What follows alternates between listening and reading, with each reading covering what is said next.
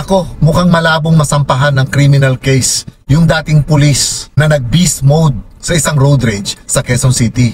Kahit pa nasa balita ngayon na sinampahan ng reklamo ng mga pulis itong si Wilfredo Gonzales. At ang reklamong ito ay ang alarm and scandal. At ayon nga sa mga pulis, ang supporting evidences nila sa reklamong ito ay yung viral video na nakuna ng isang vlogger at yung baril na isinuko mismo ni Wilfredo Gonzales nung pumunta siya sa police station. Pero ayon nga kay Attorney Fortune, kung may sampa man itong reklamo, ay malabo pa rin daw ito nauusad. Dahil kapag ka isang criminal case daw, ang kailangan dito ay mga testigo. Dahil ang hatol sa mga criminal cases ay dapat mapatunayan ito beyond reasonable doubt. Ngayon kung hindi magko-cooperate yung kumuha ng video pati yung biktima, malabo nauusad ang kasong ito at malamang madidismiss lang ito ng korte. Gusto mang tulungan ni Attorney Fortune ang biktima na magsampa ito ng kaso laban kay Wilfredo Gonzales. Wala rin siyang magagawa kung ayaw ng tumestigo ng biktima, pati na rin ng vlogger.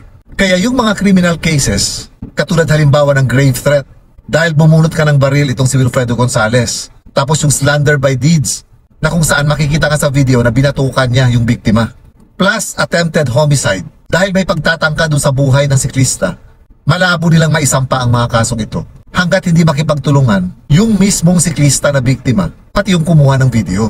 So ayon nga kay Attorney Fortune, ang tanging maisampa niya lang daw na reklamo ay administrative cases. Katulad halimbawa nung conduct unbecoming of a public official at yung revocation ng driver's license ni Wilfredo Gonzales. Mahirap kasi pala talaga na magsampa ng reklamo kung walang mga testigo. At ang pinakamagandang testigo dito siyempre ay yung biktima mismo. Pero sa nangyaring road rage, mukhang malabo sa ngayon na mangyari ito. Mukha nga kasi talagang totoo na may pagbabanta na naganap at hindi lang pag-aareglo nung araw na mangyari yung road rage. Dahil makikita natin, takot na takot yung biktima na ituloy pa yung kanyang reklamo. Ganon din yung vlogger dahil may mga banta nga sa kanila. Dapat din sigurong imbestigahan yung mga pulis na naka-assign nung araw na mangyari itong road rage na ito. Yung mga pulis na naka-assign nung pumunta sa kanilang istasyon, ang biktima kasama si Wilfredo Gonzales. Nangyari kasi itong road rage na ito noong August 8 pa. Kaso ilang araw matapos ang insidente, saka lumabas itong video na nag-viral. So kung hindi nag-viral itong video na ito, hindi malalaman na may nangyari palang ganun. Ang ipinagtataka ko lang din, bakit kinonsinti ng mga naka-assign na pulis nung araw na yon itong pag-aareglo ng siklista at ni Gonzales at nanatili silang tahimik na may nangyari na palang ganito. Kaya hindi rin natin masisisi yung ibang tao na nag-iisip na dahil dating kabaro nila yung involved dito, ay nanahimik na lang sila. So siguro pwede rin itong silipin ng DILG kung bakit nakontento na lang din yung mga nasa istasyon na manahimik tungkol sa insidenteng ito. Kaya yung sinasabi ni Mayor Joy Belmonte na dapat makasuhan itong si Wilfredo Gonzales para hindi matolerate yung sinasabing culture of impunity, ay hindi ito mangyayari sa ngayon. Pag sinabi kasi nating impunity, ito yung mga instances na kung saan malaya at nakakalusot ang mga gumagawa ng krimen. Madalas nangyayari ito kung yung may gawa ng krimen, masasabi nating isang makapangyarihan o maimpluwensyang tao. Ito yung tinatawag nating impunity. At ganito yung nangyayari ngayon sa kaso ni Wilfredo Gonzales. Kahit kitang-kita sa video, yung ginawa niya dito sa siklista, malulusutan pa rin niya ang batas dahil walang gustong tumestigo. Well, hindi rin kasi natin masisisi yung mga biktima. Katulad din ito nung nangyari dun sa security guard na sadyang ginulungan ng isang SUV driver na si San Vicente. Pumayag din makipag-areglo ang security guard. Kadalasan, yung mga taong mahihirap kasi, malaki ang mawawala rin sa kanila kung itutuloy pa nila yung mga kaso.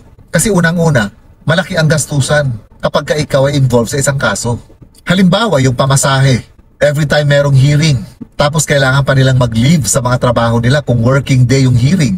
So malaki yung mawawala sa kanila. Plus of course, yung pangamba nila sa safety ng pamilya nila. Hindi lang para sa sarili nila, kung hindi kasama yung pamilya nila. Nandyan din yung sinusundan sila ng media. Na aminin man natin o hindi, ay nakakaistorbo ito sa kanila.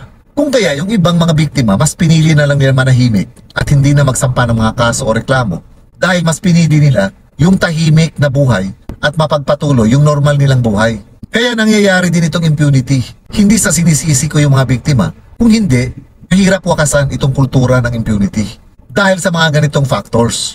Lalong-lalo na kung may banta sa buhay mo. Kasi sino ba naman ang hindi matatakot kung may banta na sa buhay mo at sa buhay ng pamilya mo? Lalong-lalo na kapag kaalam mo na may kapasidad na gawin ito nung nagbabanta. So kahit na gaano pa ang kagustuhan natin na managot sa batas itong si Wilfredo Gonzales, wala tayong magagawa kung ayaw makipagtulungan yung biktima. So dun sa mga pangamba natin na malaya pa rin itong taong ito sa kalsada, ang tanging magagawa na lang natin ay mag-iingat tayo na sana hindi natin makasalubong o makaengkwentro itong taong abusado.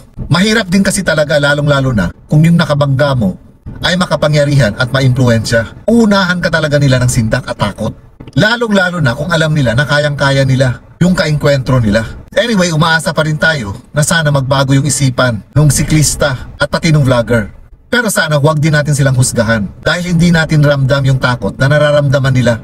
At gusto ko lang din ipaliwanag na ang pinagtatalunan dito ay hindi kung sino ang may mali or tama dun sa nangyaring road rage. Ang pinagtatalunan dito ay yung mga naging aksyon ni Wilfredo Gonzales na pambabatok at pagbubunot ng baril sa siklista na wala namang dalang armas. Kung hindi man mapanagot sa batas itong si Wilfredo Gonzales, kahit papano yung kahihiyan na idinulot sa kanya ng pangyayaring ito ay maaaring dalhin niya na habang buhay. At sana wala nang susunod pang ganitong klaseng road rage. At hindi rin sana ito mag-iengganyo ng mga taong makapangyarihan at maimpluwensya na pwede nilang gawin yung mga ganitong klaseng pang-aabuso, lalong-lalo na sa maliliit na tao. And this is all for now mga kaibigan. Peaceful Tuesday po sa inyong lahat.